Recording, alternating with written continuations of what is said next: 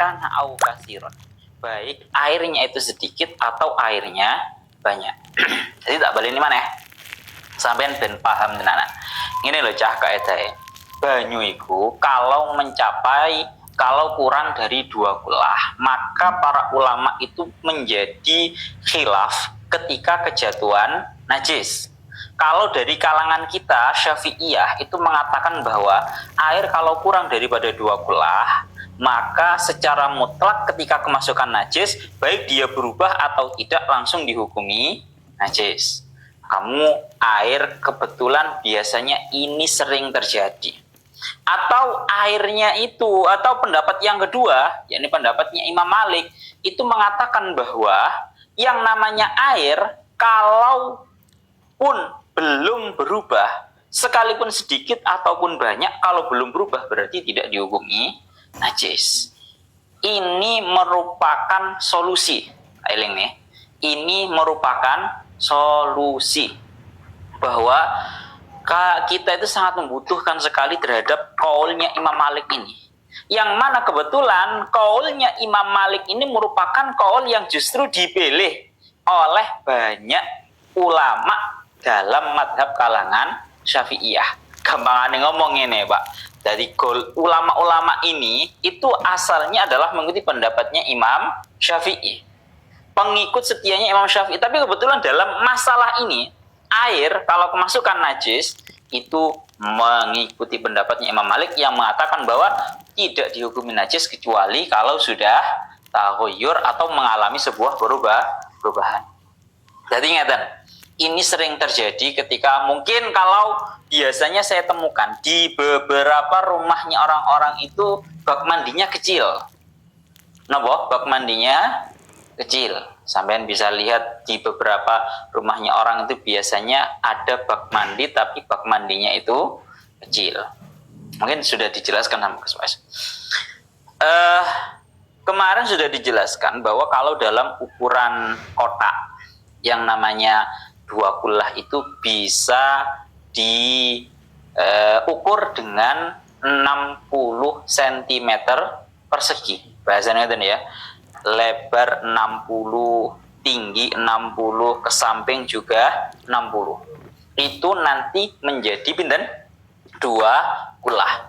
Berarti kalau kurang daripada 60 itu, 60 cm persegi, berarti itu dikatakan sebagai kurang dari 2 kulah. Lah itu sering banget. Semisal, wes jelas-jelas bak mandinya itu sangat kecil. Biasa nih ngono kuwi kadang kejatuhan tembelek cecek. Wes kuwi wis positif, sering kaya ngono kuwi. Lah kita kalau mengikuti pendapat kalangan Syafi'iyah sing pateng, bahasane ngoten, yang lurus kenceng, ya langsung dihukumi najis. Masih ono apa? Tidak berubah. Kadang kan jenenge telak cecek, kadang wis garing to, Pak. Sudah tidak ada baunya, tidak ada warna, tidak ada rasa, sehingga ketika kejatuhan itu tidak berubah. Kalau menurut kalangan Syafi'iyah mengatakan ini hukumnya tetap dihukumi najis sekalipun tidak berubah. Kalau madhabnya Imam Malik mengatakan bahwa itu tidak dihukumi batal najis kecuali kalau sampai terjadi perubahan, baik dari segi warna, bau ataupun rasa. Ini iling-ilingan terang. Ini merupakan pendapatnya kalangan Malikiyah tapi diadopsi. Sekali lagi sampean garis bawahi bahwa ini merupakan pendapat asalnya merupakan pendapatnya Imam Malik, tapi ini diadopsi sama ulama-ulama kalangan Syafi'iyah. Nah, ini sering biyen di kula Tasik Mondok teng riku dingendikaken yang sering menjadi permasalahan kuwi cah ketika sampean mengalami yang namanya perjalanan. Sampean kalau perjalanan pasti di toilet umum itu biasanya airnya sangat sedikit. Ya toh, ana sing bak timbos cuwili sakmene lho. Bak sing dia ngecor iki lho. Ya toh, ana sing sak mono. Lho, iya. Ana sing kadang sing rada bejo, sing rada gede sakmene tapi gak sampai 2 kulah. Kadang ketepaan sing mek sak timbos cilik bak cor iki lho. Sakmene tok wah. Iku rada angel.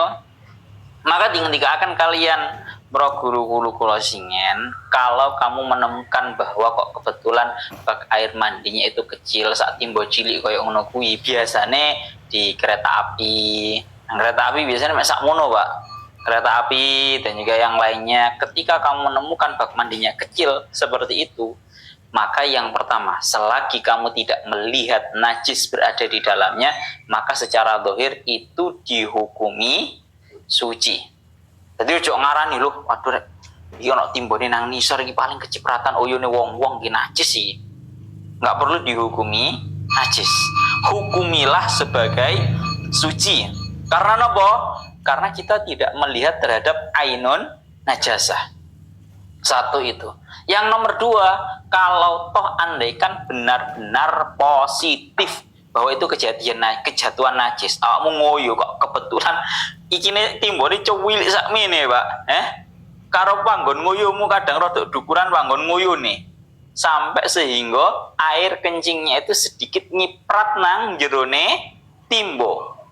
Kalau benar-benar terlihat seperti itu, maka solusinya adalah mengikuti pendapatnya kalangan Syafi'iyah yang mengadopsi terhadap pendapatnya Imam Malik yang mengatakan bahwa air sesedikit apapun kalau kejatuhan najis pokoknya tidak berubah maka tidak dihukumi najis.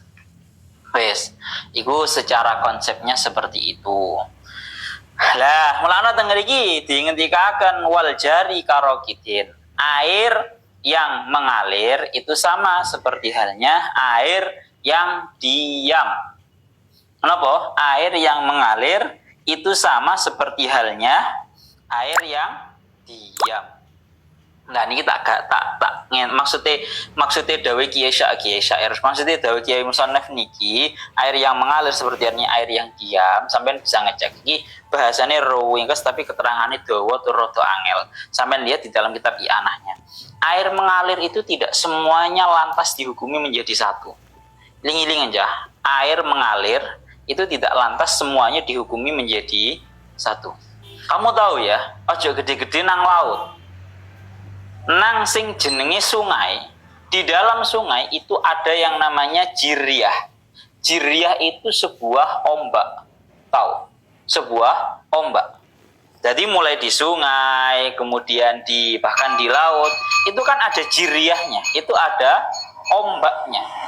Maka dingendikakan kalian para ulama bahwa penghitungan volume air apakah ini mencapai 20 ataukah tidak, itu tergantung pada volume setiap jiryahnya. Setiap jiryah atau setiap ombak. Jadi sampean lihat, kalau ombak laut, Pak, kan setiap ombak itu kan saling bertemu. Iki maju, mburi nututi. Maju, iki mburi nututi. Maka cara penghitungan di dalam air yang di sungai ataupun di laut itu tidak kok langsung kabeh dihukumi menjadi satu. Tapi itu dihukumi setiap jiryahnya, setiap gelombangnya. Mesti malah muskil dong ini, Pak. Kok yo iso dihukumi setiap jiryahnya, setiap gelombangnya. Padahal kan gabung dari siji. Iya kan? Padahal gabung dari siji. Tapi kenapa para ulama kok menghukumi ini cuma setiap jiryahnya untuk pengkalkulasian apakah ini mencapai 20 atau tidak? Ini nanti hukumi najis atau tidak kalau sampai ada bangkai di situ. Sampai bisa lihat di dalam kitab I'anahnya ngikuti ngendikaken bahwa memang ini hukumnya dihukumi setiap jiryahnya. Sampai lihat wal jari karokidin fi jami' ma marra min tafriqati bainal qalili wal kasir wa anal awwala yatanajjasu bi mujarradil mulaqah lakinil ibrah fil jari bil jiryah nafsiha la majmu'ul ma. Bahwa dalam hal ini seperti sungai ataupun laut itu yang dihukumi bukanlah semua perkumpulannya air, volume air semua sakali sak lautan boten. tapi setiap jiryah atau setiap gelombangnya.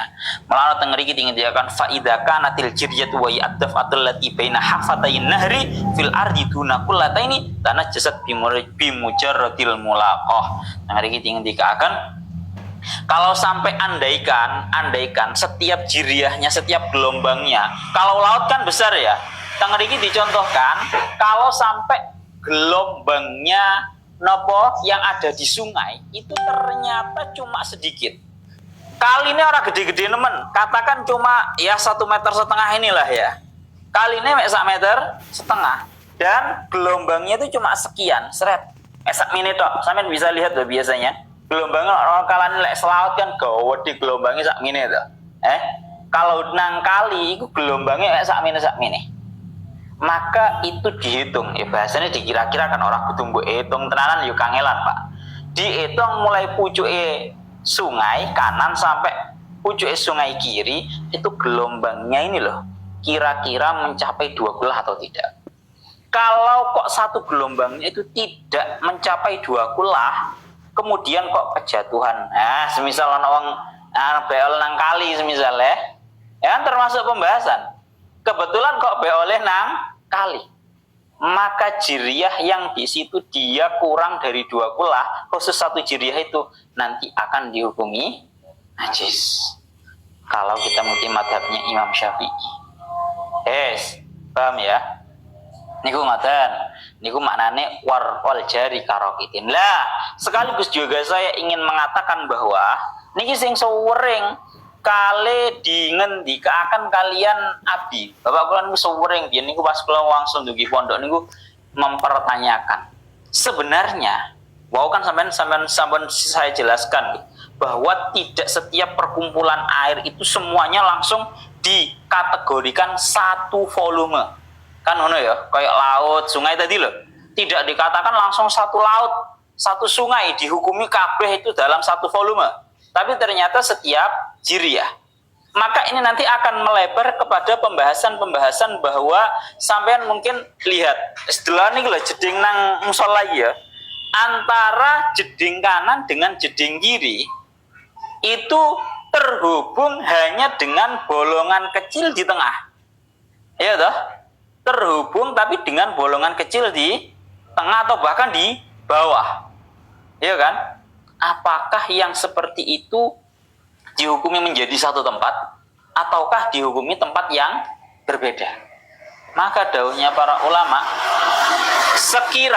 sekirane jeding sing sebelah kanan iku mang digebyok, brek dikepuk.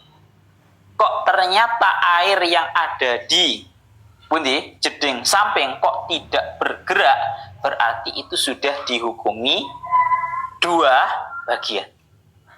Lah nek jeding pelanggar kini kan gede toh Pak. Sampean bisa lihat biasanya di jeding-jeding WC. WC umum biasanya panjang, ya toh? Panjang, tapi pasti ada satirnya antara tiap jeding.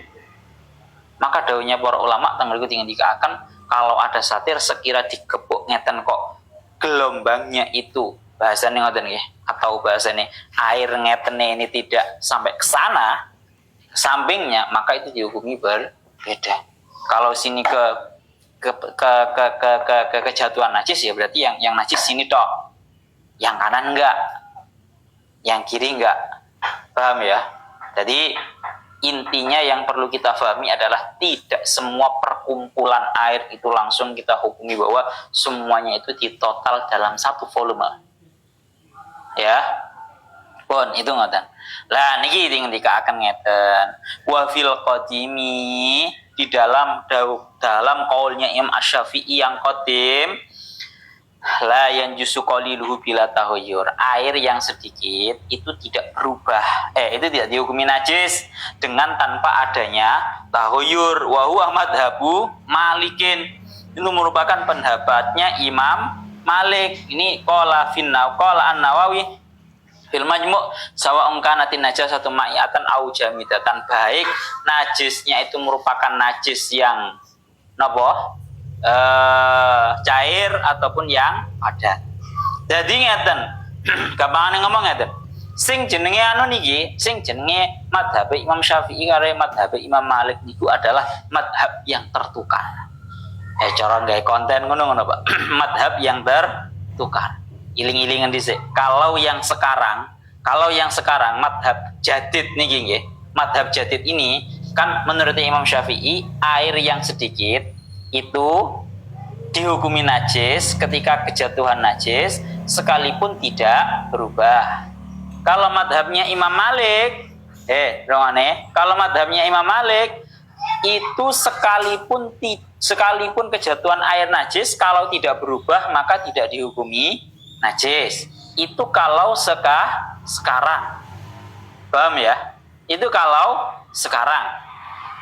Lah, dingendikakan kalian Al-Habib Asy-Syatiri di dalam kitab Syarah Yaqutin Nafis. Pada hakikatnya kedua madhabnya Imam Syafi'i dan Imam Malik dengan bahasa mudahnya ini merupakan madhab yang tertukar. Ceritanya bagaimana? Dingendikakan di dalam kitab Syarah Yaqutin Nafis bahwa dulunya Imam Malik dan juga Imam Asy-Syafi'i ini bertemu. Dalam keadaan keduanya ini masih memegang pendapatnya yang dulu masing-masing. Bahwa yang dulu madhabnya Imam Syafi'i mengatakan bahwa air itu kalau sedikit kejatuhan najis itu tidak dihukumi najis kalau tidak berubah.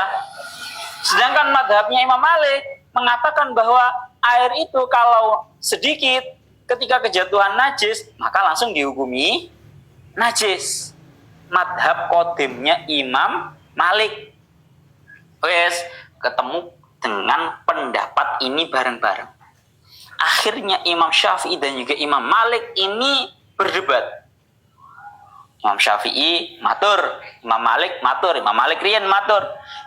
Imam Syafi'i, kambangan ngomong muridku. Imam Syafi'i, mungguhku sing jenenge air itu kalau sedikit, kalau kemasukan najis, ya berarti langsung dihukumi najis. Masio tidak berubah. Kemudian Imam Syafi'i Imam Malik mengeluarkan dalil-dalilnya. Langsung Imam Syafi'i matur, ngapunten yai, ngapunten guru, ngapunten Gus. Kalau madhab kula Imam Syafi'i mengatakan bahwa air itu kalau sedikit kemasukan najis maka tidak dihukumi najis kecuali berubah. Imam Syafi'i pun juga mengeluarkan hujahnya. Lah, akhirnya karena memang kedua-duanya ini sama-sama memiliki hujah yang sama-sama kuat, sama-sama tidak terbantahkan, akhirnya hingga keduanya itu pulang. Keduanya itu pulang. Marono Imam Malik wangsul teng dalemi, Imam Syafi'i juga wangsul teng dalemi. Pulang ke rumahnya masing-masing. Marono kepikiran. Imam Syafi'i ini kok kepikiran. Ketoke pendapate guruku mah ketoke bener lek tak delok-delok teko dalile. Imam Malik ya ngono kepikiran, ya Allah. Ketok emang pendapate muridku iku mang bener ketoke. Tak delok teko dalil-dalile iku bener ketoke. Maka dari situlah akhirnya menjadi madhab yang tertukar. Imam Syafi'i langsung berubah, yang asalnya berpendapat bahwa air walaupun air ketika sedikit kejatuhan najis tidak akan dihukumi najis kalau tidak berubah, langsung berbalik bahwa air itu kalau sedikit kemasukan najis langsung dihukumi najis sekalipun tidak berubah. Begitu juga Imam Malik. Imam Malik yang asalnya berpendapat bahwa air yang sedikit kalau kemasukan najis itu langsung dihukumi najis walaupun tidak berubah, gara-gara debat karo Imam Syafi'i langsung akhirnya balik pendapatnya mengatakan bahwa ya berarti air yang sedikit kemasukan najis maka itu tidak dihukumi najis kecuali terjadi perubahan. Makanya niki pendapat ulama zaman dahulu nih Pak. Ulama pada zaman dahulu itu adalah sosok-sosok yang ketika bertemu dengan lawan pendapat adalah orang-orang yang bisa menghargai pendapatnya orang lain. Bisa menghargai pendapatnya orang lain. Bahasa kasaran ngomong, ulama pada zaman dahulu itu bahasanya diskusi, bukan debat. Diskusi bukan debat. Mulakna dawuh Imam Syafi'i iki iling-ilingan tenanan. Imam Syafi'i ini gue sering nyampaikan dumateng semua kitabnya, beliau memiliki pedoman. Pedoman Imam Syafi'i ini gue namanya ngeten. Madhabi sawabun yahtamilul khata' wa madhabu ghairi khata'un yahtamilus sawab. Artinya bagaimana? Madhabi sawabun yahtamilul khata'. Madhabi sawabun. Madhabku ini Imam Syafi'i merupakan madhab yang benar. Tapi yahtamilul khata'. Tapi mungkin salah. Wa madhabu ghairi. Sedangkan madhab selainku khata'un. Pokoknya madhab sakliyane madhabku iku kabeh salah. Tapi yahtamilus sawab, tapi masih mungkin untuk benar. Lah awak dhewe kudu ngono lho, punya pendapat yang sifatnya adalah patok bangkreng yakin lek kapan benar, tapi tidak menutup kemungkinan bahwa pendapat kita itu salah. Begitu juga dengan pendapatnya orang lain. Pendapatnya orang lain itu pokoknya salah, tapi yo mungkin benar. Dari sinilah akhirnya menjadi madhab yang tertukar. Bahasane niku ngoten. Wis mboten sadawa-dawa. Intine ngoten. Ya Allah wal ma'u al qalilu idza tanajjasa bi yathuru bi buluhi kullataini ilahuna wallahu a'lam bissawab. Rasa akeh-akeh Pak. Ada ngaji badali ya akeh-akeh. Pun ya.